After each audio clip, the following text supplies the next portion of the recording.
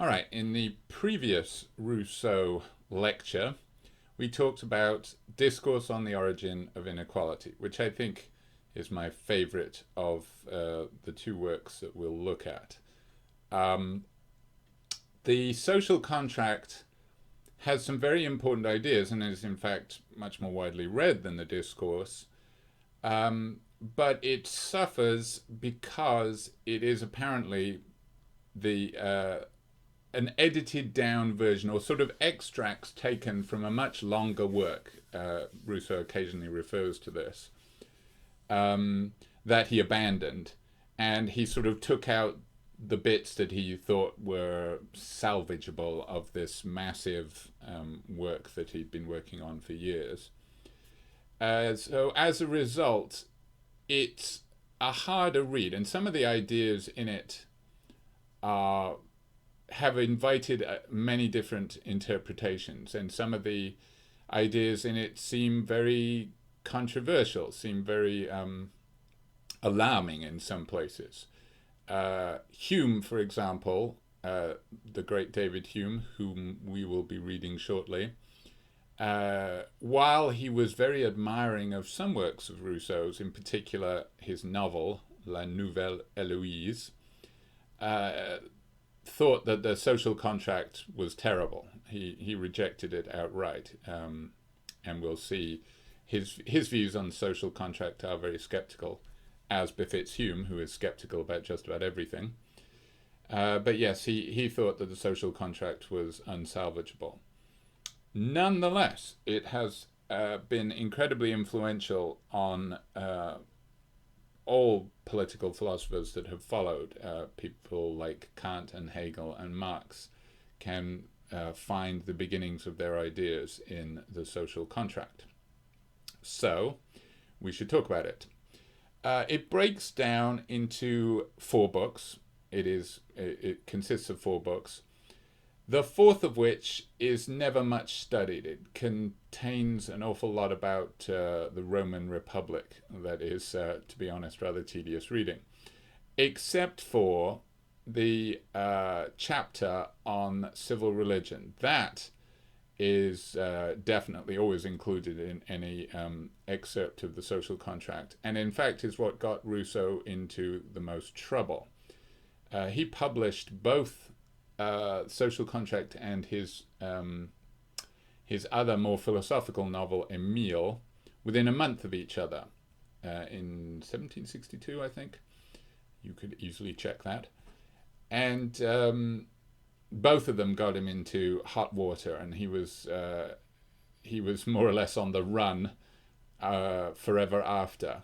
But a particular cause of trouble for him is this discussion, particularly it wasn't something he intended.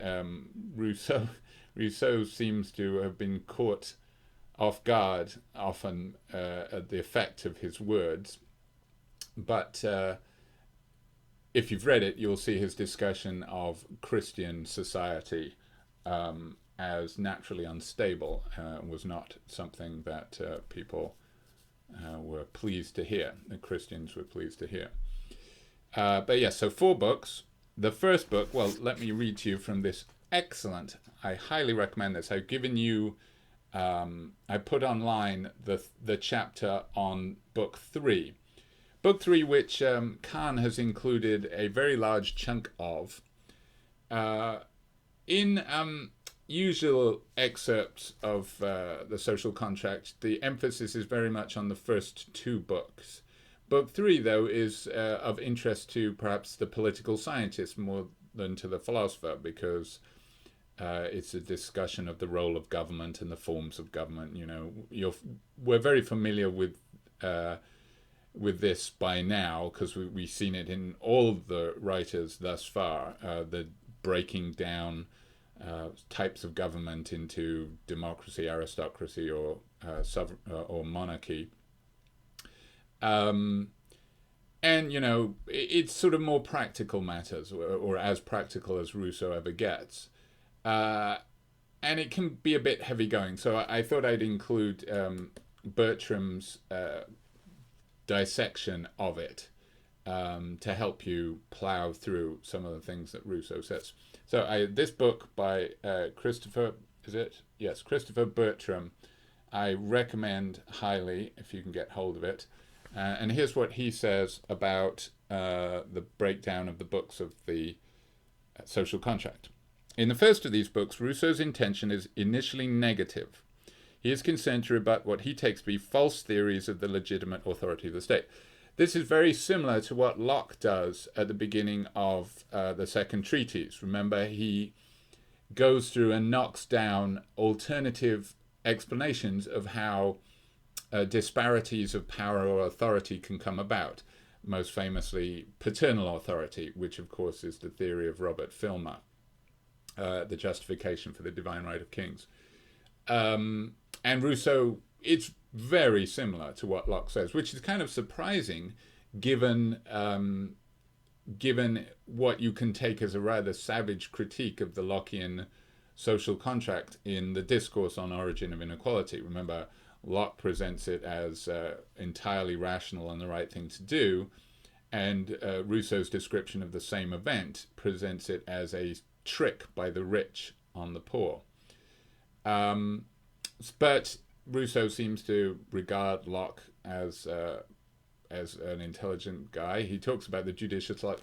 It's hard to know. Rousseau can be a very sarcastic writer, and he's given to rather paranoid-sounding asides, like, my critics will immediately jump on me at this point. And he did seem to become clinically paranoid later in life, but at the same time, he also was attacked by many people, in particular apparently Voltaire really did not like Rousseau. Remember the quote about reading the Discourse, brought forth a desire to go about on all fours. And Voltaire was incredibly influential in intellectual circles, so if he was against you, things did not go well for you. But also, yes, Rousseau tends to give a lot of arguments in the form, which you should never do this, only Rousseau can get away with it, in the form of sarcastic reductios. That is, he points out absurd implications of a particular view, and having pointed out the absurdity, leaves the reader to thereby conclude that this view must be unsalvageable. But anyway, he does refer to the judicious Locke at one point, so I don't know if he's being sarcastic, but judging by how closely he hews to Locke's rejection of things like paternal authority and Locke's discussion of the power of parents as being not so much a power as a duty to care for their children, that's almost directly echoed in Book 1 of Social Contract. This rebuttal of the false theories of the legitimate authority of the state makes way at the end of the first book for a statement of Rousseau's own contractarian theory of political association, and a statement of the problem to which a theory of political right must provide an answer, namely, how to combine individual freedom with political authority. Now, at the end of the Discourse on the Origin of Inequality, it's where it's a very negative depiction of the emergence of political societies. As I've said, it presents the social contract at the end of the Discourse as a trick by the rich to cement their inequality and control over the poor. And both the poor and the rich are ill-served by this. That's actually a very, very important theme of Rousseau's. Once you have dependence that inequality encourages, it's bad for both parties. Although, of course, the rich do get more out of it than the others, but they're not happy. I mean, money can't buy happiness, as they say. So having read the Discourse on the Origin of Inequality, one might be amazed to find that Rousseau writes the social contract at all, because it seems like, if you read the Discourse, it seems like we made a mistake in emerging from the trees. We should have stayed in our wild state. We should run back to, we should find some part of Alaska that is unpopulated and try to make a living there.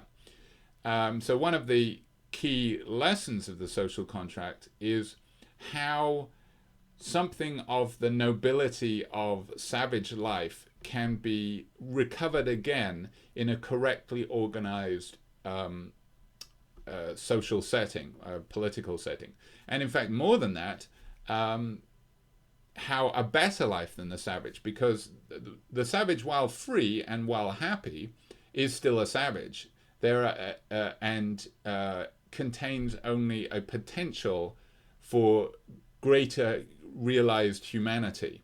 So the savage is like a happy beast roaming loose, but we can be more than that, because the savage contains within him or herself the seeds of perfectibility. This is one of the features that you can find even in the most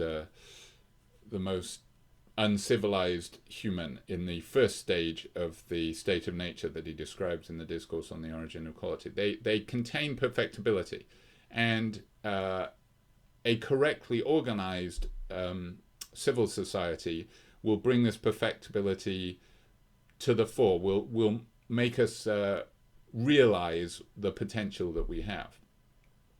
So in fact, it's not contradictory for him to, having given this critique of society as he saw it around him, with great inequality and dependence and all the vices of civilization, so that civilized man would commit suicide in a way that savage man wouldn't.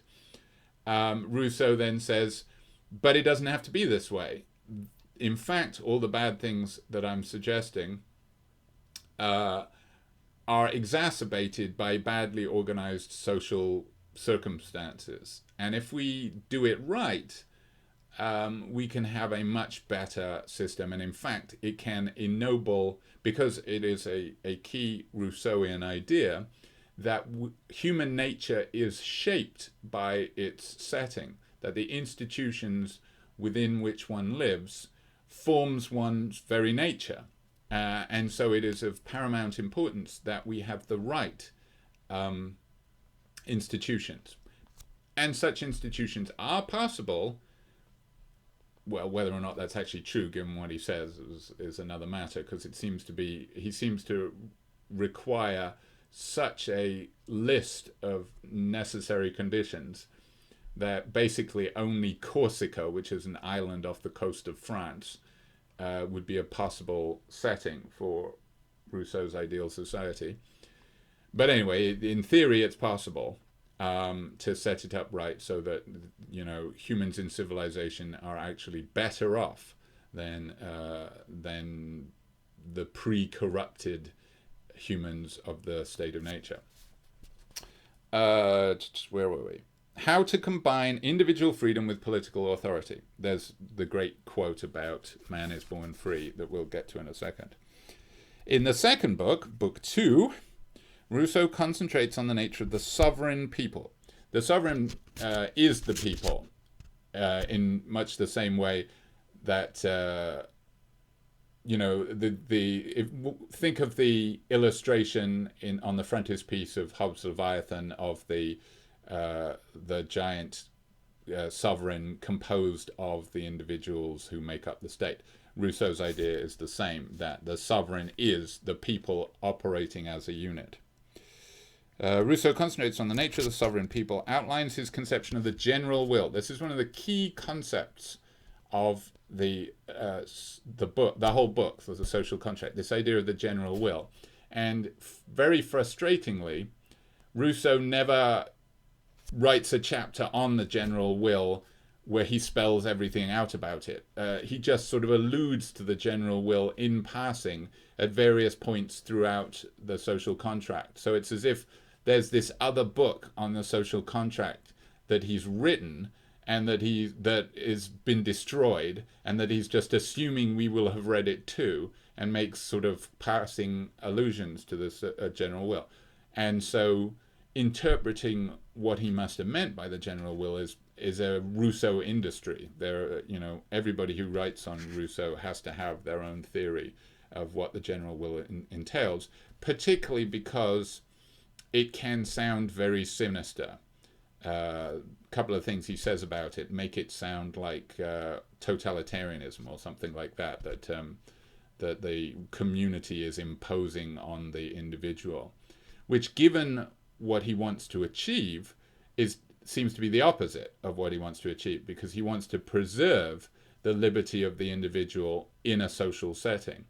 And if the general will is oppressing the individual, then it seems like he's lost what he was trying to achieve.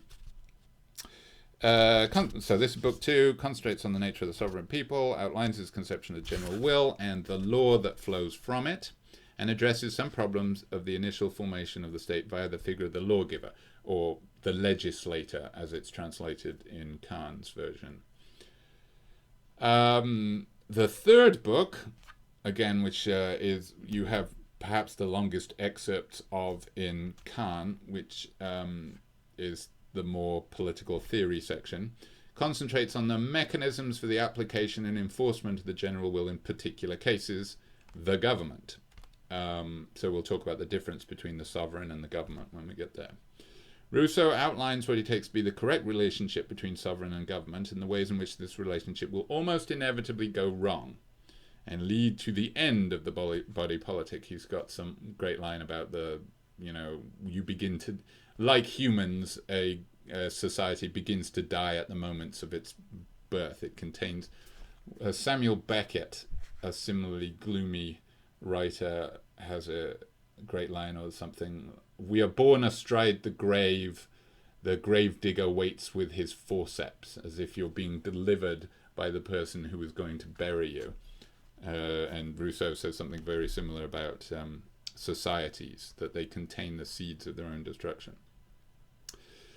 This theme of inevitable demise is continued into the beginning of the fourth book, most of which is devoted to a survey of Roman political institutions, but which concludes with an important chapter on civil religion. So that's the basic breakdown of the book. And I will now go through the excerpts that we have, again, in this edition, the second edition of Cahn's Classics of Political and Moral Philosophy, and talk about key points along the way. Of course, I won't talk about everything, so you still have to read the thing, as you know, to do the little quizzes. But I will point you to passages that are always discussed by commentators. Before we start, though, Bertram's little book is excellent, and Nicholas Dent is another British writer who has made Rousseau his business, and he writes in a very accessible way, I find. And there's a great quote at the beginning of this book, which is, I think, very revealing about Rousseau, and to bear in mind as you read The Social Contract. This is a letter to Malesherbes in 28th of January 1762. So this is Rousseau. I cannot dissimulate from you, sir, that I have a violent aversion to the social classes that dominate others. I hate the great, that is, the great and the good, in other words, rich and powerful. I hate their position, their harshness, their prejudices, their pettiness, and all their vices, and I would hate them much more if I despised them less. He's got a great turn of phrase, this Rousseau. So remember to use that. Say to someone, I would hate you more if I despised you less. And he has reason to hate the great, partly because they are the existence of the great, the like billionaire classes, the Michael Bloombergs of this world. Their very existence implies that something has gone wrong, and also, so they are a sign of a sick civil society, and also they are the cause of further ills in that their existence encourages dependence by others. Every billionaire has a million leeches and hangers-on who are dependent on them and who shape their lives around them. And we should get some idea that the ideal society will try to avoid such things. So you can see Rousseau influenced socialist thinkers to follow. He is definitely an individualist, in that if you read his other writings, they're very much focused on the individual. In fact, most of his writings are focused on one particular individual, Jean-Jacques Rousseau. He writes all sorts of confessional works about his life, particular incidences in his life. He's very much a focused inward. He talks about incidents of great shame to him and endlessly dissecting of his own life, and obviously striving to achieve authenticity. So very much not a thinker who says that he is just one cog in a giant machine. He's very, very focused on the individual first, and very much concerned to try and preserve the rights and liberties of the individual in a social setting. But having said that, the setup of the social contract, well, you'll see, it tries to achieve a very egalitarian society, because in Rousseau's telling, you cannot separate liberty and equality. They are interdependent. That without equality, you cannot have liberty. So it's not as if Locke seems to treat them as two almost unrelated things. They're both good, but they're not necessarily related. But for Rousseau, you cannot truly be free without equality, because inequality leads to dependence, which is anathema to freedom. All right, let's look at the book. The first, the very first sentence, I want to inquire whether taking men as they are, so in other words, not trying to be ideal about men, not trying to treat men as angels, not trying to construct a society for some idealized version of humans, but understanding humans in all their foibles and weaknesses, and laws as they can be. So we want to construct an ideal system that is best suited for a non-ideal, for humans understood in a non-ideal way. It is possible to have some legitimate and certain rule of administration in civil affairs. In this investigation, I will always strive to ally what right permits, what is normatively correct, with what interest prescribes, what is in the interest of individuals, so that justice and utility may not be divided. The most famous sentence of the whole book is at the under heading Roman numeral 1, subject of this first book. Man is born free, and everywhere he is in chains. Now, of course, this is a paradox in itself. How can you be born free and yet be in chains? So what this means is that humans have a natural freedom that the social settings, the social and political institutions they find themselves embedded in Rousseau's time, does not respect. That the political societies have degenerated to the extent that they no longer respect what is most valuable in human nature. One believes himself the master of others, and yet he is a greater slave than they. Again, this is the point that he makes, that even the rich who get their way at the end of the the end of the discourse on the origin of inequality are in some sense enmeshed in a relation of dependence that is bad for them as much as for those they're successfully oppressing. Because the fact that they want to oppress people reveals that there's a sickness in their core already. How has this change come about? I do not know. Yes, you do. I mean, this is a stupid thing for him to say, having just written the Discourse on the Origin of Equality, which explains exactly how it came about. So that's an odd thing for Rousseau to say. But one of the things about Rousseau is that he is prone to exaggeration, and, you know, he's not a methodical writer like Hobbes. Hobbes, very much influenced by Euclid's geometry. Everything is very logical and a little bit dry, to be honest. Whereas Rousseau is very sort of romantic and throws things out there, and consequently doesn't present things in a very logical way, certainly in the social contract. So it's kind of hard to follow. What can render it legitimate? I believe that I can settle this question. In other words, what can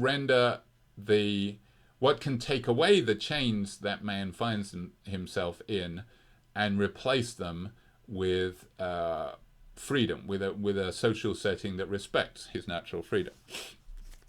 Okay, so that's the challenge. Now, the specific challenge, the question of what he's trying to achieve in the social contract, doesn't come until page 563, chapter 6 of the Social Pact. We'll get to that in a second. Of the right of the strongest and of slavery, chapters 3 and 4, are like Locke, as I said. They're rejecting the idea of alternative routes to political authority. So in other words, he rejects might makes right. So if somebody says whomever is strongest has the right to rule, if Genghis Khan takes over, or Alexander the Great takes over your country, then he has the right of conquest to control you. Someone like Hobbes, for example, does seem to suggest that because stability is the core concern, that if you are able to acquire a new territory, then that might in some way justify your rule, because it will mean that you can ensure stability and that the society won't devolve into a Hobbesian state of nature. Rousseau rejects that outright and very clearly makes the is-ought distinction. That is, as he says, forces of physical power. I do not see what morality can result from its effect. So yes, you know, you're stronger than me, but that doesn't mean you have the right to control me. Power is not the same as authority. Obey the powers that be. If that means yield to force, that precept is good but superfluous. In other words, you're telling me that I should obey the strong. Well, it's prudentially wise, because otherwise they'll pound the hell out of me. All power comes from God, I admit, but every disease does. Does it follow that we are prohibited from calling in a physician? This is a paradigm example of what I said Rousseau does. Sarcastic reductios. This is a reductio ad absurdum. So in other words, if someone were to justify a might makes right theory, they might say that's why God has control over us, because the reason why we have to obey God is because he's all powerful and he'll crush us if we don't. Rousseau saying, no, that's not the reason we should obey God. We should obey God because he is morally good. If you're just saying that we should obey God because he can send plagues for us, well, then you're saying that we shouldn't fix diseases because they come from God too. You can see why Rousseau wasn't all that popular with the church. Making arguments like pointing out diseases coming from God is not something that's in the church's interest. Of slavery, here he seems to be taking a dig at Hobbes. It will be said that the despot secures to his subjects civil peace. Just so, but what do they gain from that if the wars that his ambition brings upon them, together with the insatiable greed and the vexations of administration, dishearten them more than their own dissensions would? In other words, he's saying Hobbes's fear of the state of nature leads him to ignore the fact that countries led by rulers go to war. and war between nations is worse than any war in the state of nature. And one lives peacefully also in dungeons. Is this enough to find them good? Another reductio. So peace is not a justification for authority. And he actually uses as an example something that Locke also used as an example, the Cyclops. I've forgotten what something. Locke referred to that Cyclops too, where the point being that the initial advice that Odysseus or Ulysses, depending on your version of the name, gives his crew members is don't disturb Polyphemus, I think. Don't disturb the Cyclops. We can wait this out.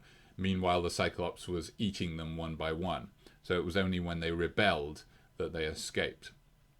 So the lesson is that peace is not always the right option. Okay, so those chapters are rejecting alternatives to a social contract. So in other words, he's saying the only way to achieve legitimate authority is by the free action of equals. We're not naturally unequal. So if we're going to end up with political authority, it must come somehow from a baseline of equality. That it is always necessary to go back to a first convention, chapter 5 on page 563. The first convention is what establishes the people as a people. So just like Locke, we are natural individuals. There is no natural society. Society is not a natural thing. Society is an artificial thing. So it's not as if, by pulling a sword from a stone, Arthur is king of all the Britons just because they're British. No, the only society that exists is created by the people that make it up. And if you haven't been part of this creative process, or if you, he qualifies this later when he talks about you tacitly give consent by living on the land, so it kind of undercuts it. But a people does not exist as a people naturally. So if it exists at all, if the Leviathan exists as a collective person, a person composed of many humans, then it must have been created by an act of all of those people. The act by which a people is a people, he calls this. And what is that act? Well, he calls it the social pact in the next chapter. In this chapter, right at the bottom of page 563, he outlines in detail the exact challenge which he sets himself. And this is in quotes. The difficulty applied to my subject may be stated in these terms. Quotes. To find a form of association, a political structure, which defends and protects with the whole force of the community the person and goods of every associate. So far it sounds like Locke. Remember, that was the point of the Lockean social contract, was to protect your property with the power of the state. And by means of which, this is where it becomes more Rousseauian, and by means of which each, uniting with all, nevertheless obeys only himself and remains as free as before. Now that sounds like a pipe dream. How can you be in society, subject to the laws of society, and remain as free as you were in the state of nature? That doesn't seem possible. I mean, for one thing, in the state of nature, you can do what you want. You can go where you want. You can take what you want. There is no property. There's only possession. So you wouldn't be violating anybody's property rights by just taking what they had, because there are no property rights. How can you have that kind of freedom in a setting where suddenly there are laws, where there is property, where there is mine and thine? Well, you can't really.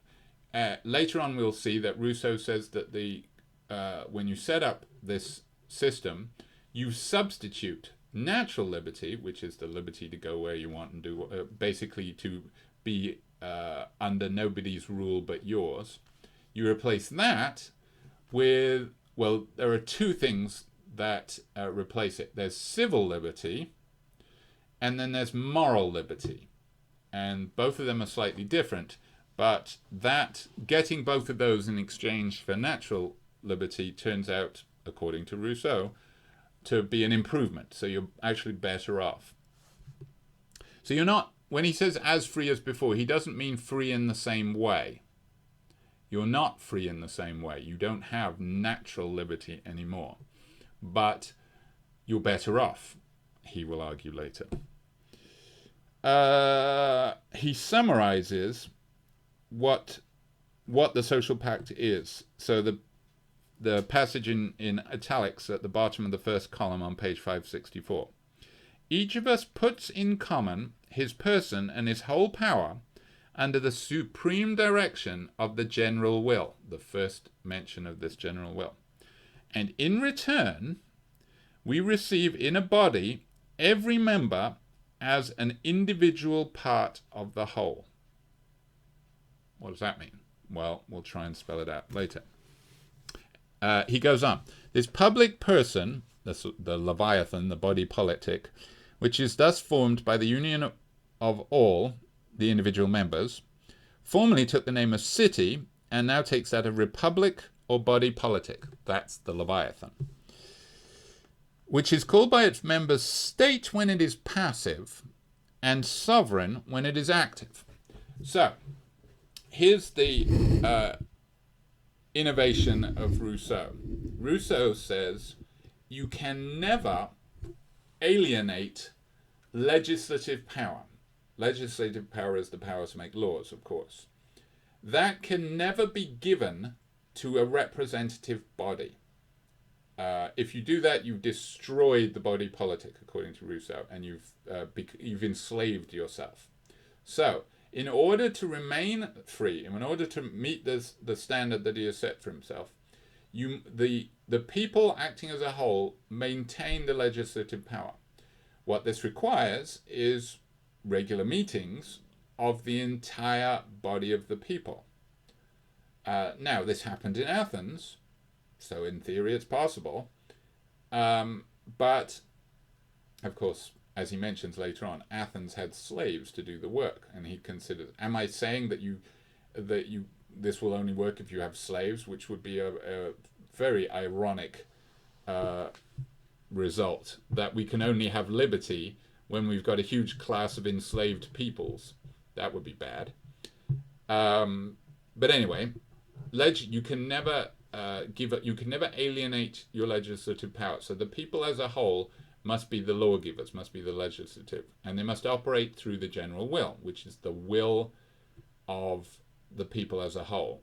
Well, having said that, we'll qualify that later, but that's the basic idea. It's the will of the body politic.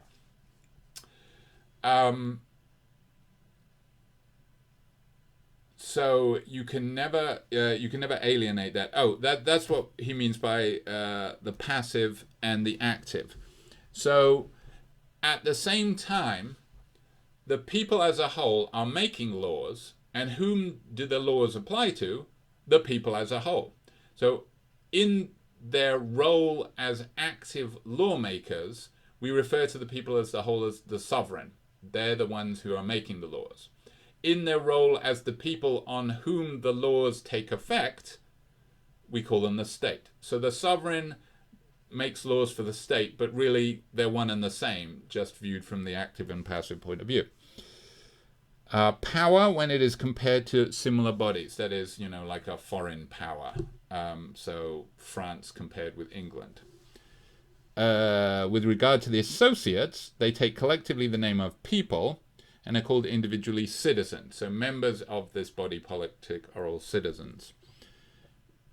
They're citizens. Members of the sovereign are all citizens. Members of the state are all subjects. So basically, you are a citizen and a subject. You are sovereign to yourself at the same time.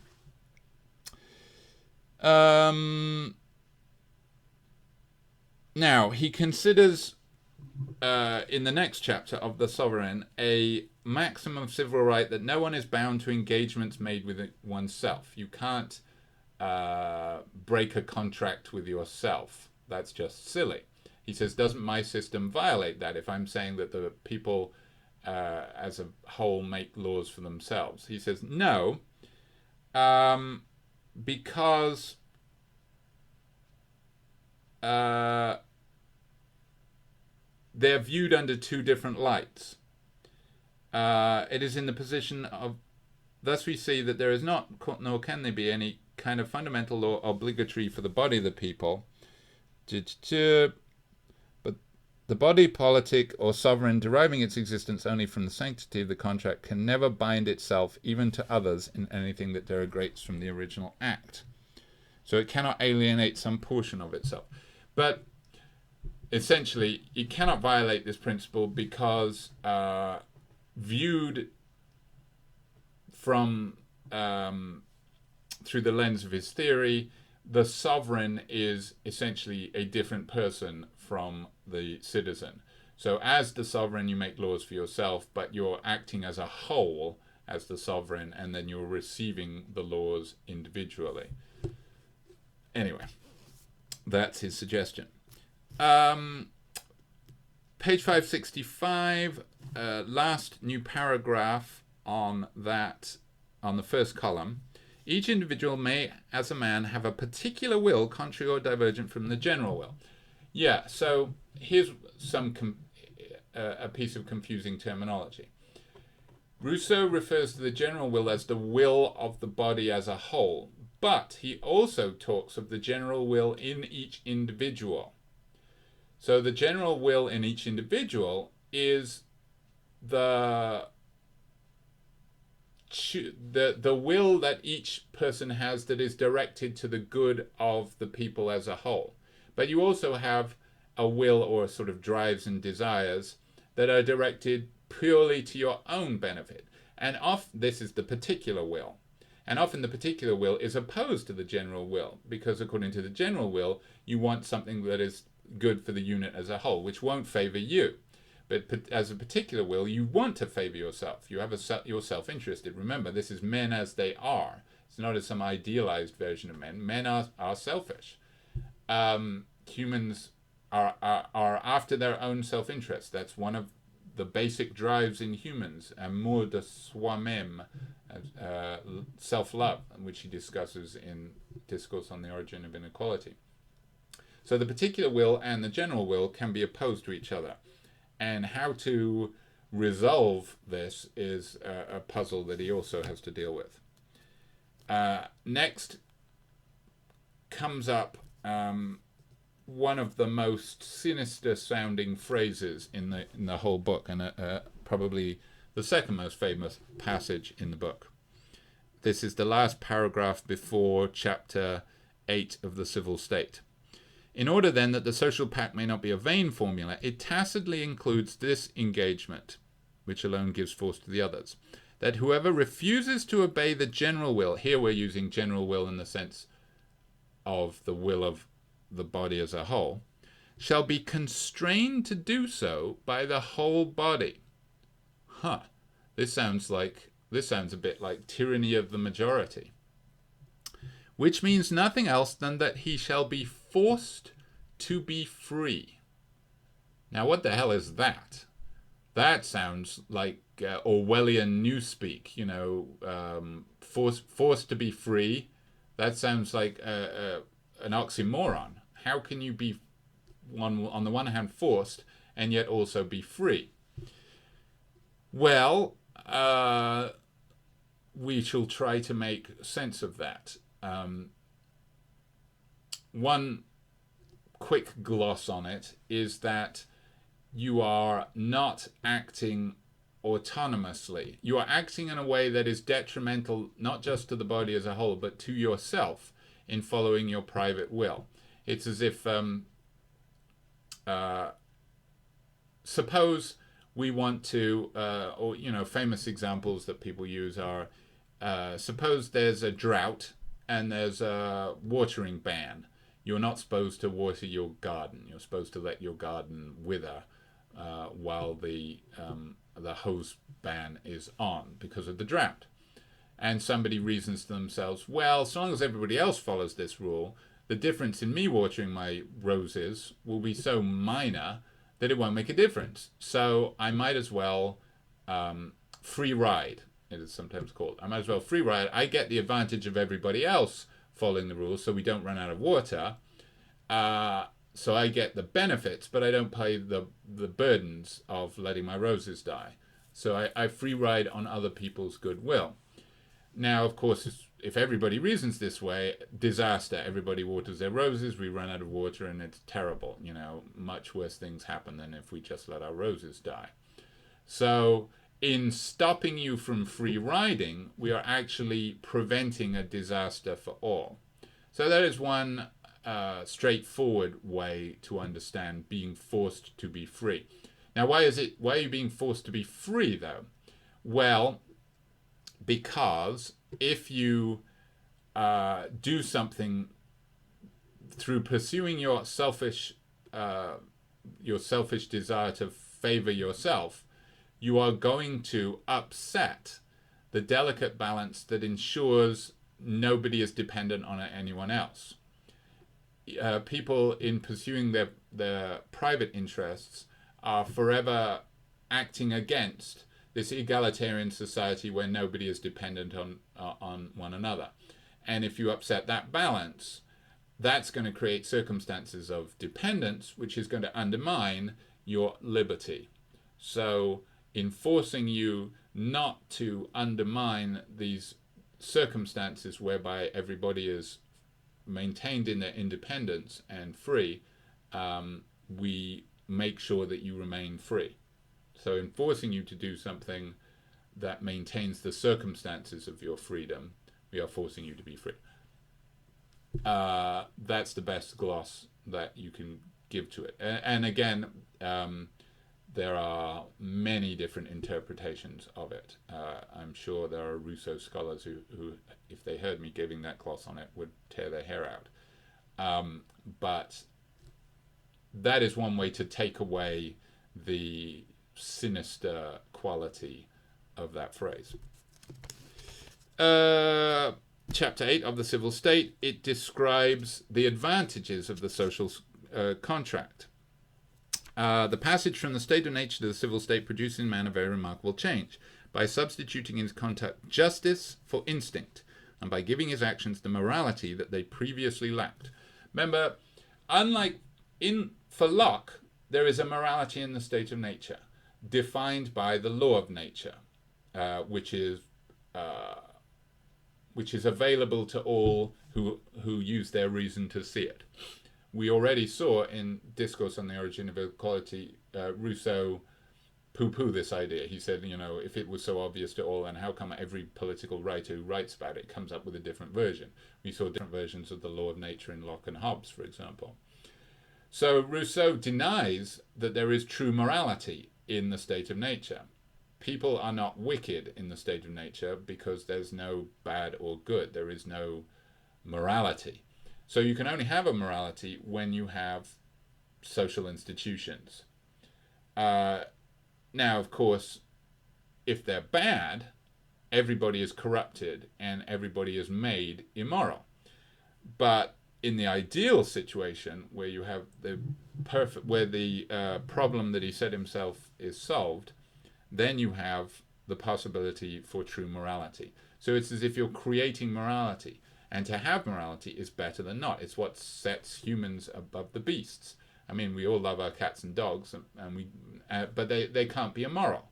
A shark that eats a surfer is not being immoral. It's just doing what they do. Whereas we have this capacity to be moral beings. And that's one respect in which humans in society are an improvement over the savage who roams free in the forest. The savage who roams free in the forest does not have morality. So, if you do it right, it's good. You're moving to a sort of a higher level of humanity. By substituting in his conduct justice for instinct and by giving his actions the morality that they previously lacked. It's only when the voice of duty succeeds physical impulsion and right succeeds appetite that man, till then only looked out for himself, sees that he is forced to act on other principles and to consult his reason. Although in this state he is deprived of many advantages he holds from nature. So he's conceding that, you're losing out of some of the things that you had as a savage. He gains such great ones in return, that his faculties are exercised and developed, his ideas are expanded, his feelings are ennobled, his whole soul is exalted to such a degree that if the abuses of this new condition did not often degrade him. So here's a concession to the negative view of the discourse on the origin of inequality, that, because in the discourse it looked like so-called progress was anything but that. We would have been better off not inventing iron and inventing agriculture. Those things destroyed the human race. Progress is in fact degeneration, it sounded like. Whereas Rousseau is now saying, no, if you do it right, it's okay. And in fact, it's good to acquire reason, which didn't seem to be the message of the discourse. But he does concede the abuses of society are usually so great that it undermines it. But anyway, if you do it right, you are transformed from a stupid and ignorant animal into an intelligent being and a man. What a man loses by the social contract is his natural liberty, freedom to be under your own control, to be your own lawgiver, nobody else telling you what to do, and an unlimited right to anything which tempts him, because there's no property rights.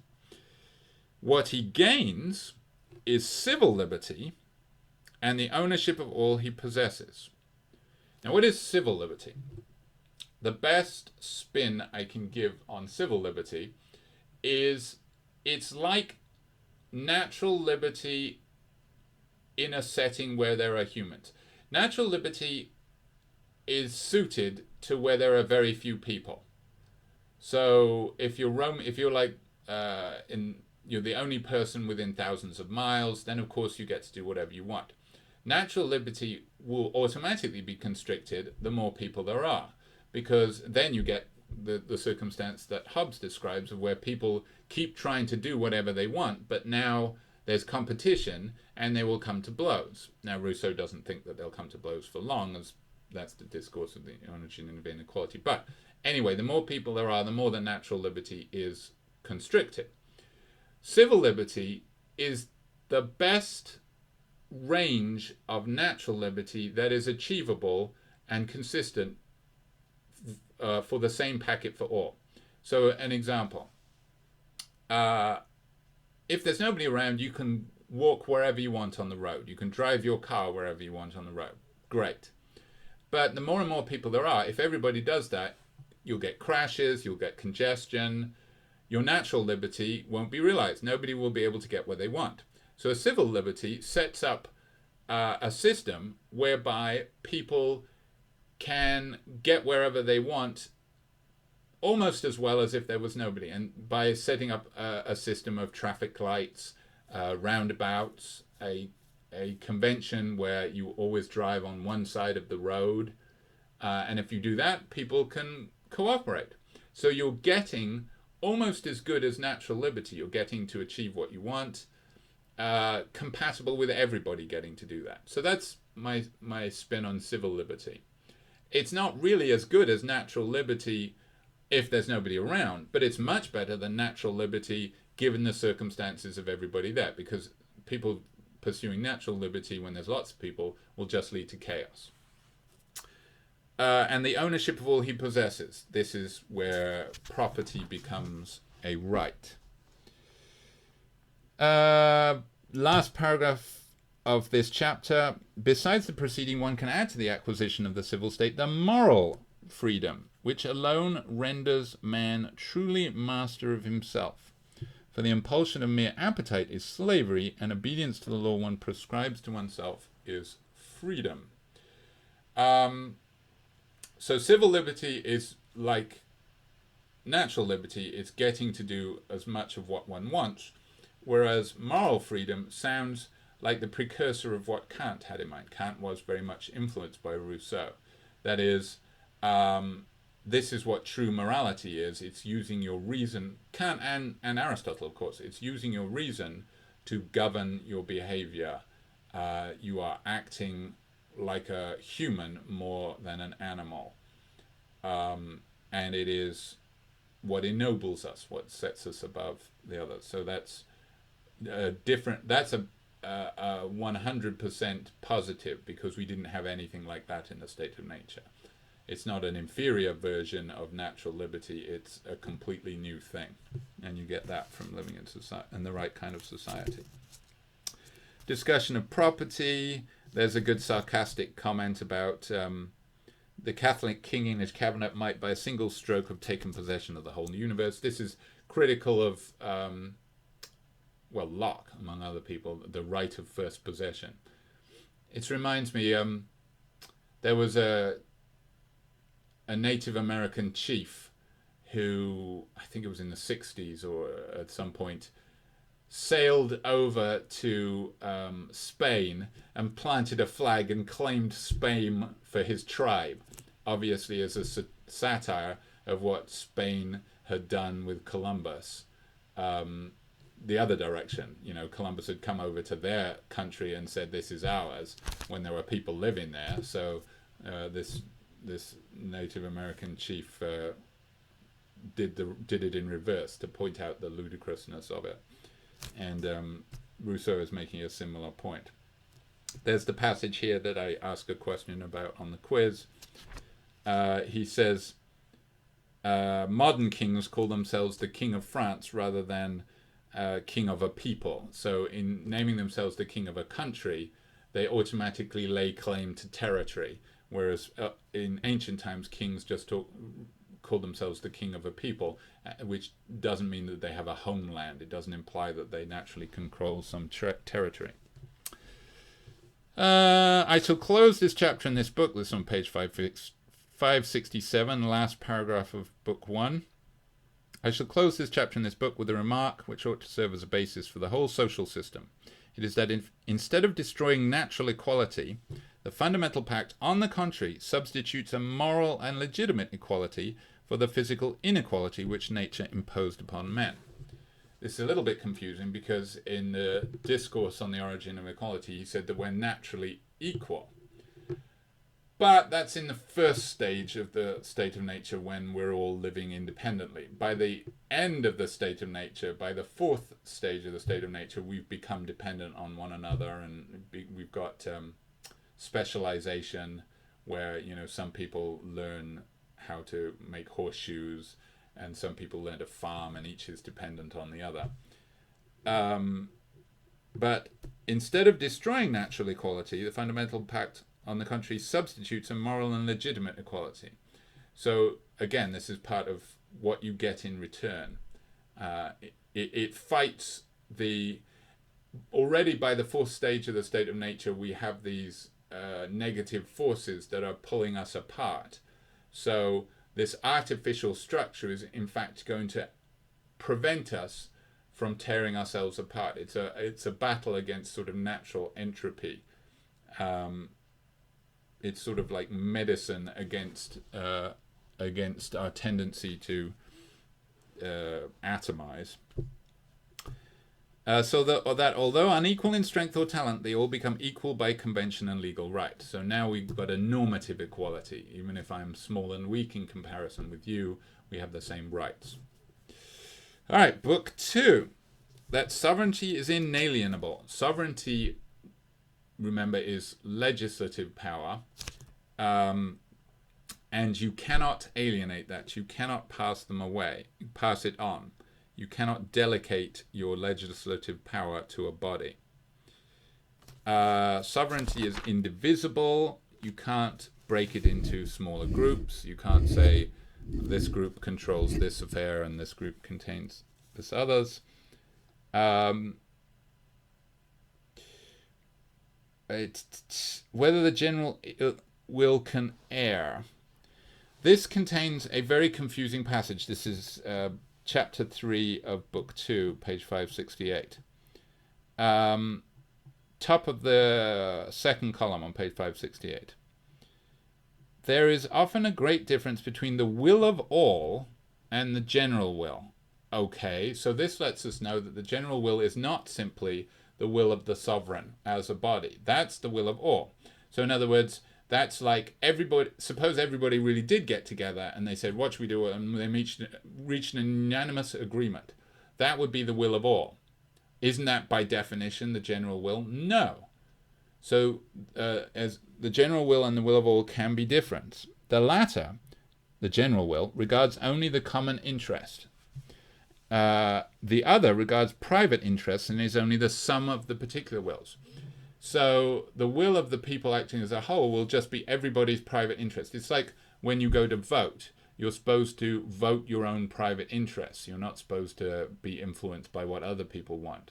You know, if you want Elizabeth Warren, you should vote for Elizabeth Warren, despite, other people saying, oh, you can't split the radical vote, or, Elizabeth Warren is not going to win any primaries, so you're just wasting your vote. You should always just vote your particular interest, what you want.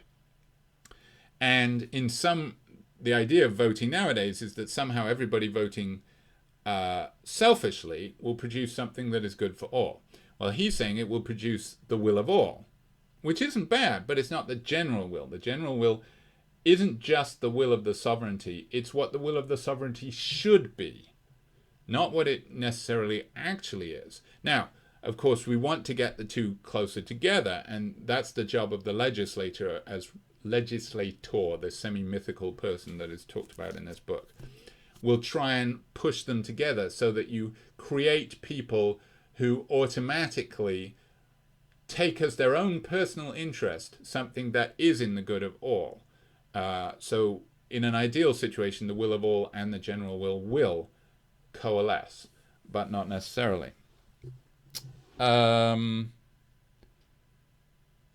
It matters then, in order to have the general will expressed well, there'd be no partial societies in the state. There'd be no sort of class interests, the rich seeing this in their interests, the billionaires saying, we can't have Bernie because it's against our interests.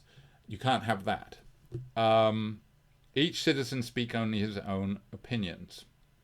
A mention of Lycurgus, who is the every political theorist loves Lycurgus. He's the guy who invented the political system of Sparta. It's funny, all of the great Greek philosophers, well, the big three, Socrates, Plato, and Aristotle, all came from Athens, and yet they all idolized Sparta, with whom they fought a war, a long and bloody war. So, and we think Athens, democracy, it's better. But all of the thinkers in Athens said, no, Sparta had the best system, and this view percolates down through the centuries. So everybody regards Lycurgus as this amazing semi-mythical person who came up with this political system. Because Spartans are supposed to be such amazing people, as depicted in the movie 300. One of the things of the limits of the sovereign power, bottom of the first column on page 569. It ought to proceed from all in order to be applicable to all. The general will can't have individuals as its subject. So one of the things that the general will makes laws, but it makes a special kind of laws, what sounds more like constitutional laws, in that they must be very general in their scope. You can never pick out particular individuals, because then that makes the will not general, and it means that people's private wills suddenly start to come into play, and it undermines everything. On page 570, also part of the limits of sovereign power, there's another little summary of what the social contract gives us in exchange. These distinctions once admitted, it is so false that in the social contract that there is on the part of individuals any real renunciation, that the situation on the result of this contract is in reality preferable to what it was before. Instead of an alienation, they've only made an advantageous exchange of an uncertain and precarious mode of existence for a better and more assured one. Of natural independence, that's the natural freedom, for liberty of the power, for liberty, of the power to injure others for their own safety, and of their strength, which others might overcome, for a right which the social union renders invincible. of the law. Okay, chapter 6. This talks about the generality of the law, that you cannot have laws that talk about particular individuals. Who is on this idea, one sees instantly that it is no longer necessary to ask who is responsible for making the laws, since they act to the general will. So the people are responsible for making the laws, or whether the prince is above the laws, since he is a member of the state. In other words, once we have a government, which we're going to talk a lot more about in book 3, the government is not above the law. If only Trump read his social contract. Nor if the law can be unjust. The law cannot be unjust, since no one is unjust to himself. This is where the general will becomes a dangerous idea, because if you get this idea that the maker of the law is the people as a whole, and you say, well, it is impossible for the people to harm themselves, so they cannot make a law that is unjust. So any law that they come up with must be just. That sounds worrying, particularly if you think that humans are fallible and the laws won't necessarily be perfect. And it's something he seems to concede. Nor how one is free and subject to the laws, since they are only registers of our wills. Yes, remember, to be free is to be under laws made by yourself. That's what autonomy literally means. We talk about autonomy all the time now. We value autonomy. That is freedom. It is literally auto, which means self, nomi, which means laws. You are subject to laws that you yourself have composed. So this is the idea behind the general will. The laws of the society will be laws that you yourself have composed. So you are self-legislating. This is another way in which you are as free as if you were an individual, because you are part of the general will, and the laws that you are following are laws that you've made yourself. Remember, we've seen with previous writers like Locke that there's a difference between license, which just means doing anything you want, and liberty, which means obeying laws that you yourself have made. So it's a bit like the distinction that Kant makes later between heteronomy, which just means following your desires and instincts, which can lead you astray, and autonomy, which means using your reason to work out what is correct and doing what is correct, which sometimes requires not doing what you want to do. But we see this back in Aristotle as well, this idea that you've got to use reason to find the golden mean between vices, which your desires can naturally draw you to. So, liberty is self-legislation, and this is achievable on a communal scale, provided we follow Rousseau's model of the general will. You can be self-legislating while at the same time under the laws of a political system. Now, here's an important question, second column on page 571. How will a blind multitude, which often does not know what it wants because it rarely knows what is good for it, carry out an enterprise so great and also difficult as a system of legislation? Good question. So he's acknowledging that, remember right at the beginning, he says, I'm going to take men as they are. And he's got to acknowledge that people are stupid and selfish. So once you put them all together, that's not going to cure them necessarily. It's going to cancel out, because everybody is going to be out for themselves, but they're going to bump into everybody else, and they're going to, in some sense, they're going to end up with what is good for all just by one person's selfishness cancelling out another person's selfishness, and they're going to compromise. But, that isn't always... and what if some people are better at manipulating others? What if some people have natural charisma, as I'm told that Trump has, although I can't see it myself? They can manipulate the multitude if you're not careful. So how are you going to ensure that the will of all is as close as possible to the general will? The general will is always upright, but the judgment which guides it is not always enlightened. This brings in the legislator. From this arises the necessity of a legislator. In order to discover the best rules of society which are suitable to nations, there would be needed a superior intelligence who saw all the passions of men who had not experienced any of them. Kind of like the Watcher in Marvel Comics, who was this figure who sort of drifted from world to world, observing species, but not interfering. Who could see or God, who can see your passions but doesn't experience them. Who would have no relation to our nature and yet knew it thoroughly, whose happiness would not depend on us and would be quite willing to occupy himself with ours. Basically a God, in other words, or an angel or something. And this is very puzzling to people who read this, because it almost seems like an admission that none of this is going to work, because it relies, or so Rousseau claims at this point, on there being a semi-mythical person. Now, of course, he can say, well, look at Lycurgus. Lycurgus was a real person. He really existed, and he set up a system that lasted and was great for years and years and years and years. So it is possible. I'm not saying it's impossible, but it is very difficult.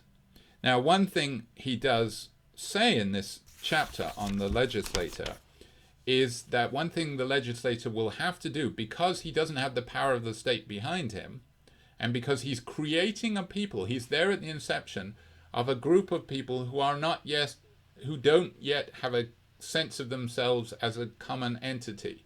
They've just agreed to form a body politic, but they don't have something in common necessarily. They don't say, oh, we're all Spartans, or we're all, Michiganders. They're just people. So he has to create. There's a famous saying, I've forgotten who said this, but Italy used to be a set of city-states as well until fairly recently, when the notion of Italy as a combined nation was formed and it was agreed on. And somebody said at the time, we have made Italy, now we have to make Italians. In other words, we have to create people who see themselves as part of this group. Same thing with the United States. United States has gone to great extremes to create this idea of an American identity. It's always amazing to people from other countries when they come to America for the first time and see freaking American flags on every corner. Why so many flags? And part of it is that because the United States didn't really have an identity. It was a young nation and it was bringing in immigrants from all over the place. It wanted to create this notion of a civic identity. Now, and of course, this can get ugly when you add a racial component of it, as like white nationalists try to do. But the basic idea is the same, that you're trying to create this sense of a community. That's one thing that the legislator has to do, while at the same time inculcating the right values. And as they have no political authority, how are they going to get people to listen to them?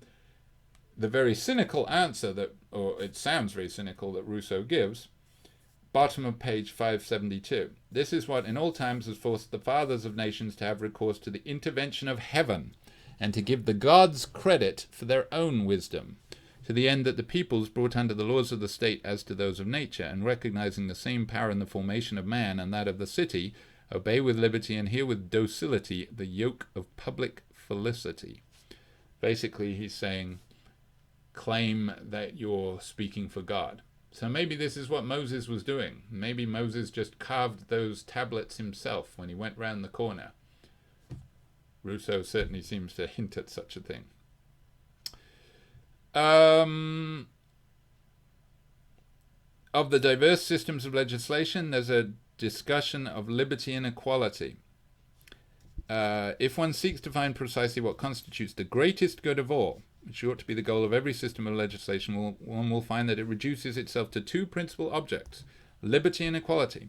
Liberty, because all self-dependence is so much force taken away from the body of the state. Equality, because liberty cannot subsist without it. This is because dependence, which arises from inequality, undermines liberty. If you are dependent on somebody else, you are, to that extent, you are not free. I have already said what civil liberty is. With regard to equality, it is necessary not to understand by this word what every degree of power and wealth should be absolutely the same. But, so in other words, you don't have to be totally identical to be equal, but that as to power, it should be above all violence and never exercised except in virtue of position and the laws. And as to wealth, no citizen should be so opulent as to be able to buy another, and none so poor as to be constrained to sell himself. So what Rousseau is saying is essentially you have to have a welfare state to achieve liberty. Notice that this is an argument against libertarianism, because libertarianism argues that welfare states are intrusions on liberty because they require taxation to support them and so on. Whereas Rousseau is saying you can't have liberty with inequality. So you have to set up systems to ensure that wealth remains within a fairly narrow band. People can't get too rich, people can't get too poor. This presumes on the side of the mighty moderation of goods and influence, and on the side of the lowly moderation of avarice and covetousness. You mustn't be envious of what the rich have, and the rich can't have too much influence. It is precisely because the force of things always tends to destroy equality. This might be the lesson of the discourse on the origin of inequality. It comes about naturally unless you do something to prevent it. So we've got to set up an artificial system that maintains equality. That sounds like a welfare state. We've got to tax the rich when they get too wealthy. We've got to give money to the poor. And it is artificial, but so is medicine. Medicine is artificial. You've got to fight these forces that lead to entropy. Book 3. Now, Book 3 is a long one. I don't want to go into it too much. Let's hit the high points. Government is an intermediate body established between the subjects and the sovereign. You've got to have a government. It doesn't have legislative power. Remember, legislative power can never be alienated. It is merely executive power. It is the interpretation of the laws. And you have to have this body. The people can't retain the executive power, because executive power requires particular applications of the general law. And once you start getting into the particulars, that brings in particular wills. And we want to keep the people focused on generalities as much as possible, so we preserve the general will. So you have to have a body whose job it is to apply the particulars of the law. And that is a representative body. The members of this body are called magistrates or kings or governors. They're all the same. I then call government, this on page 574, I then call government or supreme administration the legitimate exercise of the executive power, or prince or magistrate, the man or the body charged with that administration. There is no ideal government, different government for different times and places, although, he says, democracy, remember, when he's talking about this, he's always talking about the executive. So democracy is when executive power is in the people as well. And he's kind of opposed to this for the reasons that we've just mentioned. But he does say democracy doesn't necessarily mean that the executive power is in everybody. It's just in the majority. So you already have a smaller group than the legislature, and it's still consistent with democracy. This is page 577, division of governments. He says, the sovereign can in the first place commit the charge of government to all the people or the majority of the people in such a way that the more citizens are magistrates than simple individual citizens. One gives to this form of government the name of democracy. So there's kind of a band. Now, there's some discussion in here. Rousseau likes to talk about proportions and mathematical proportions, and it gets, I don't know, I don't think mathematics was necessarily Rousseau's strong point. So I don't know how much to get into that. I'm just going to, as I said, hit the high points. Requirements for a democracy are in the chapter of democracy, beginning on page 578. A very small state, great simplicity of moral customs, great equality of rank and fortune, little or no luxury, because luxury either is a result of wealth or renders it necessary. It corrupts both the rich and the poor. If there were a people of gods, it would govern itself democratically. A government so perfect is not suited to men. So he's not in favor of democracy. Now, as he said, though, different political systems are suited to different circumstances. He says if it's a very small nation, then you can have a democracy. If it's a very large nation, that just becomes impractical. And so the larger the nation, the smaller the government. So if you have a small nation, you can have a large percentage of it be the government. So that can be democracy. If you have a large nation, a small percentage of it can be the government. So that tends towards monarchy. If you had to pick a perfect government in the abstract, it appears to be elective aristocracy. There are three aristocracies: natural aristocracy, which is just what happens basically in the state of nature, simple people. That's fine, but it can't exist in modern times. Hereditary aristocracy is the worst, he says, the worst of any system, whereas elective aristocracy is the best. Best and most natural order is the phrase, he says, at the top of the second column on page 579. It is the best and most natural order that the wisest should govern the multitude. Sounds like Plato would agree. The requirements of this are moderation amongst the wealthy and contentment amongst the poor. The end of this chapter on democracy, he notes a terminological difference with Aristotle. Aristotle more or less defines aristocracy as ruled by the wealthy. Rousseau says, no, it's not ruled by the wealthy, it's just ruled by a small number. And in fact, on the contrary, it is important that an opposite choice should sometimes inform the people. There is more important reasons for preference in the merits of men than in their wealth. The people who get... So an elective aristocracy is actually pretty much like our representative government. It's like Congress. It's not a single person. It's not the majority of people. It's like an aristocracy. And we're supposed to elect them on the grounds of merit. So that's the ideal system. It's not... We tend to think of aristocracy as meaning hereditary. And he says, no, that's the worst system. People, nobles. No, it's just a small number of people that are elected. And they should be elected on grounds of merit. And if they are elected on grounds of merit, you can see why that would be the best and most natural order. You pick the ones best to govern. Monarchy.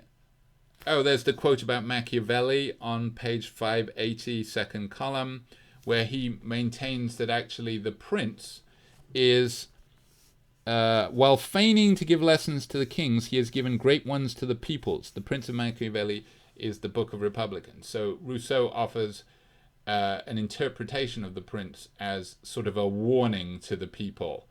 Look at the way that the prince thinks, which is an interesting interpretation of the prince, not necessarily the standard one, but he says that it is a message to republicans, in other words, non-monarchical people. This is how rulers will think, and they will think in the Machiavellian way, and so watch out for them.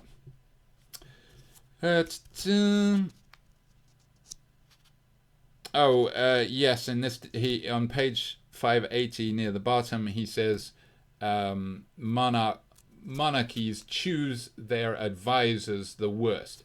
Again, look at what Trump's doing right now. He's appointing stooges to every position in government, people who are appallingly underqualified for their posts. Why? Because he wants absolute loyalty, and these people suck up to him. He says an essential and an inevitable defect, which will always place monarchical governments beneath the republican, is that in the latter, the public voice hardly ever raises to the highest positions any but enlightened and capable men, if only. Whereas those who attain rank in monarchies are most often merely petty bunglers, petty rascals, petty intriguers, whose petty talents, which enable them to attain high posts in the courts only serve to show the public their ineptitude. In other words, what they're good at is brown-nosing people like Trump, but they're not actually good at doing their job. Power corrupts. There's the quote from Dionysius the Younger. So this is the observation that actually we see in Plato even, that the children of great rulers tend to be awful. And Rousseau says that this is a problem with their education. The education of people who are destined to rule, you can never make good people in that circumstances. So that's the problem with hereditary rulers. You have people who from their birth are viewed as, oh, you're going to be the rulers, and they acquire this incredible sense of entitlement, and they'll always be awful. Rousseau is very interested in education. That's what Emile is about. So he has definite theories about education. But the quote from Dionysius the Younger, top of the second column on 581. It was a very sensible reply that Dionysius the Younger gave to his father, who, reproaching him for a dishonorable action, said, "Have I given you such an example?" "Ah," replied the son, "your father was not king." Mixed governments, essentially, he says, there is no such thing as a pure government. So this is sort of the opposite view to Hobbes. Hobbes said there's no such thing as a mixed government. People talk about mixed governments, but actually it's either one or the other. Rousseau says, no, they're all mixed together. Of the signs... Now, yes, chapter 9, the signs of a good government. When one then asks what is absolutely the best government, one poses a question as insoluble. Again, this is his point that different governments are better suited to different situations. The obvious example, if you have a large country, you're better suited to a monarchy. So you can't, in the abstract, you can't say this is the best system. But if one is asked by what sign we can know what a given people is well or badly governed, I love this answer. He says the best sign is not wealth or any of these things, it's population. He says, what is the end of political association? It is the preservation and prosperity of its members. And what is the surest sign that they are preserved and prospering? It is their number and population. Do not go then to look elsewhere for this much disputed sign. All other things being equal, the government under which, without external aids, without naturalization, without colonies, the citizens become populous and multiply most, is infallibly the best. That's a little weird, but that's what he says. Of the abuse of government and its tendency to degenerate. Again, this is sort of the natural entropic force that governments will dissolve.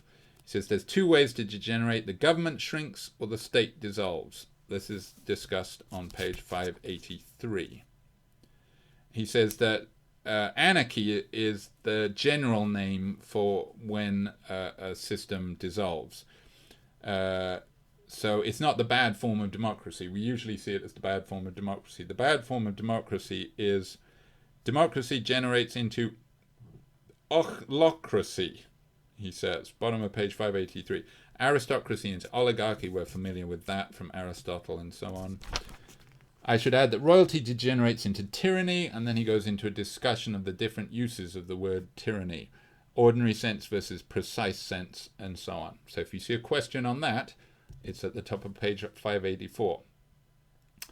Of the death of the body politic, here's where he says the legislative is like a heart, and the executive is like a brain. If the executive goes, the body politic is still alive. It's like a persistent vegetative state, but it's still alive.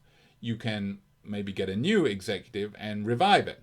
But if the legislative goes, because the legislative is in the hands of people, it's dead. That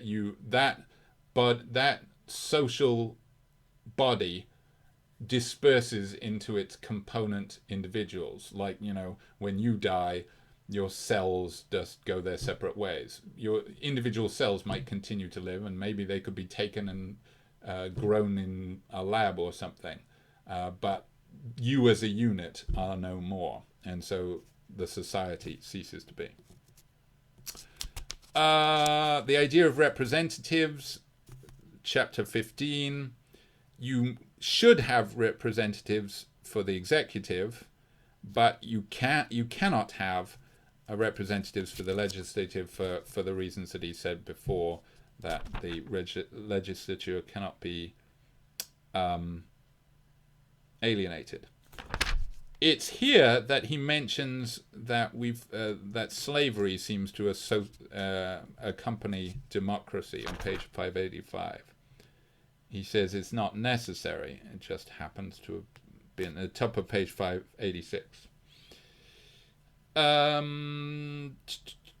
That the institution of government is not a contract. This is a misunderstanding we've seen before, that you don't contract with the government. Here he seems to agree with Locke. Locke said the same thing. You don't make a contract. The people does not make a contract with their government. They put their power in trust with the government, like an agent. He's saying a very similar thing here.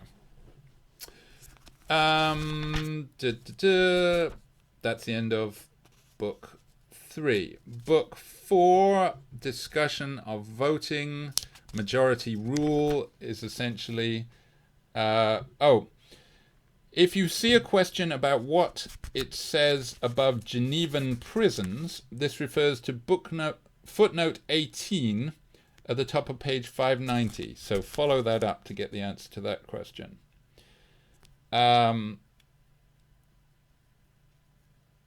Here he talks about voting. 2 general maxims, bottom of first column on page 590. 2 general maxims can serve to regulate the ratios. Most important and serious of deliberations, we should get as near to unanimity as possible.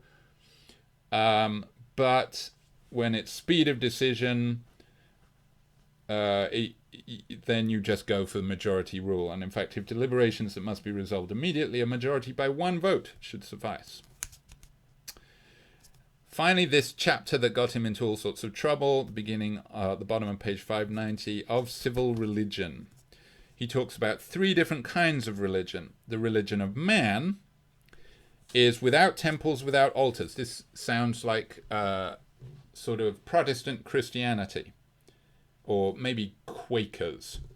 The first, without temples, without altars, without rites, limited to the purely internal worship of the supreme God. That's the religion of man. And to the eternal duties of morality is the pure and simple religion of the gospel, the true theism. Now, is this a good system? Not necessarily good for society, which he makes clear in the controversial part, which is page 592. Yeah, mostly page 592, where he discusses the flaws of true Christianity as a civil religion.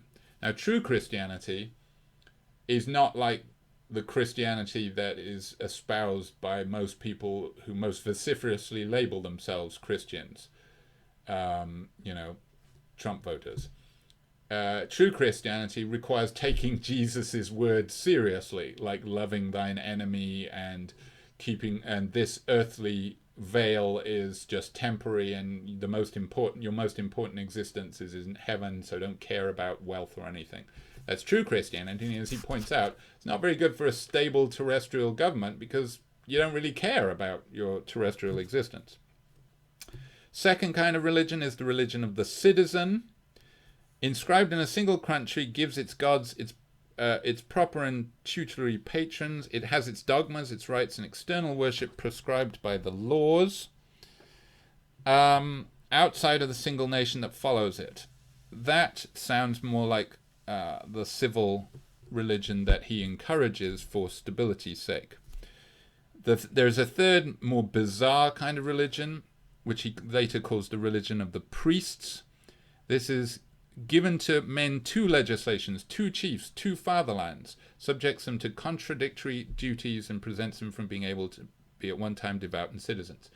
This is the problem that Hobbes saw, where you remember the frontispiece of the Leviathan, it has on one hand terrestrial power and on the other hand religious power. And Hobbes says that it's bad if these are separated. And of course this is the problem of having the Catholic Church and the King of England being opposed to one another. This is what caused the English Civil War, or is one of the factors in the English Civil War that Hobbes was most concerned with. And Rousseau is echoing that concern here. If you have a pope and a king, and they can go against each other, this was going to tear the society apart. He says, but he doesn't say, oh yes he does, such is Roman Christianity. But he also says the religion of the Lamas, is that Buddhism or Hinduism? I don't know. And such is that of the Japanese. He talks about the pros and cons of civil religion. The second is good insofar as it unites divine worship with the love of laws, but it's bad in that being founded on error and falsehood, it deceives men, renders them credulous and superstitious, and drowns the true worship of the divinity in a vain ceremonial. So all of these religions have pros and cons. The religion of man, he gives an example of the Society of True Christians, and it has its downsides too. So, and he says that we are told Christian troops are excellent, bottom of page 592. I deny it. Ooh. Let me be shown such. As for me, I do not know of any Christian troops. I am told of the Crusades. Without disputing the valor of the Crusaders, I will note that far from being Christians, they were soldiers of the priest. They were citizens of the church. And so on. Now, it matters greatly to the state that each citizen have a religion that makes him love his duties. Remember the discussion of the legislator. The legislator was supposed to put his edicts about what the citizens should be like and the laws that they should make for themselves in the mouth of the gods. And he appears to be cycling back to that idea here. So you've got to have this. It's an important stabilizing force, as Hobbes, of course, acknowledged. So what should it be like? There is then a purely civil profession of faith. Last paragraph on the first column of page 593. The articles of which it is the business of the sovereign to settle, not precisely as dogmas of religion, but as sentiments of sociality. First new paragraph on the second column. The dogmas of this civil religion ought to be simple, few in number, stated with precision. The existence of the deity, that he be powerful, intelligent, beneficent, prescient, can see into the future, and provident. The life to come, there must be an afterlife, so that you have incentive to be good on this earth so that you can get there. And also so that you're prepared to give up your life for the good of the society. The happiness of the just, the punishment of the wicked. The sanctity of the social contract. You can see why this is a civil religion. And the laws. These are positive dogmas. As for the negative dogmas, in other words, things that must be forbidden, I limit them to only one: intolerance. Intolerance must be forbidden. But notice, he says, outside of the church there is no salvation. That obviously goes against tolerance. That suggests that one particular religion is above all. And he says, whoever dares to say outside of the church there is no salvation ought to be chased from the state, unless the state be the church. This actually sounds a lot like what Hobbes says as well. But got Rousseau into trouble, that did. All right, so that's the social contract. Remember, the idea is to try to... The discourse on the origin of inequality paints a purely negative picture of the descent from this wonderful original state of we are independent and roaming free to a state where the rich hold us in their grasp, but it's not even to their benefit. So everybody loses. Should we just be pessimistic about the state of humanity? Well, not according to the social contract. The social contract sounds more optimistic. It says if you do it right, you can set up a system whereby humans can be better off in the ideal social settings even than they were originally, because they are improved. They have substituted true human qualities, the qualities of a developed human, over the mere animalistic qualities. Rousseau points out that humankind has two conflicting natures. There's the animal nature and then there's the rational nature. It's our happiest state in the animalistic terms is the first stage of the state of nature. But that's to ignore the rational state. That's because it hadn't even developed yet. So we're as happy as we could be as animals in the original state. But then we develop, we become more fully human, and we develop this second nature, which is rational. The trouble is these can come into conflict, and this one can corrupt this one. What he's trying to do in the social contract is set up a system where both of them can flourish to their full extent. And insofar as we have this second new nature that is inherently superior to purely animalistic life, we are better off. But it requires such necessary conditions that one might take a pessimistic lesson from this. It's not possible, even in fact, as he says, that Corsica is really the only place in Europe where this is possible, which is an island off France, where Napoleon was exiled at one point, I think. And of course, it requires this figure, the legislator, who is semi-mythical. So, what do we take from this? Well, we'll see what later writers took from this. They took from this the idea of the general will and this idea of equality as being necessary to liberty, and of this suspicion of the wealthy. Don't listen when the wealthy say that a system that respects property rights is for the good of all. So Rousseau, very fascinating figure, very flawed individual. If you read his autobiography, well, he was a piece of work, that's for sure. But his ideas are a great antidote to those of Locke or those of the Enlightenment, that the development of humankind is ever upwards, and civilization and capitalism are the ultimate stage of human development. Rousseau is one writer, one famous political commentator called Rousseau the greatest of the naysayers. He's saying, oh no, it's not as great as you're saying. And that, we've got to do something about this. All right, there we go, Rousseau.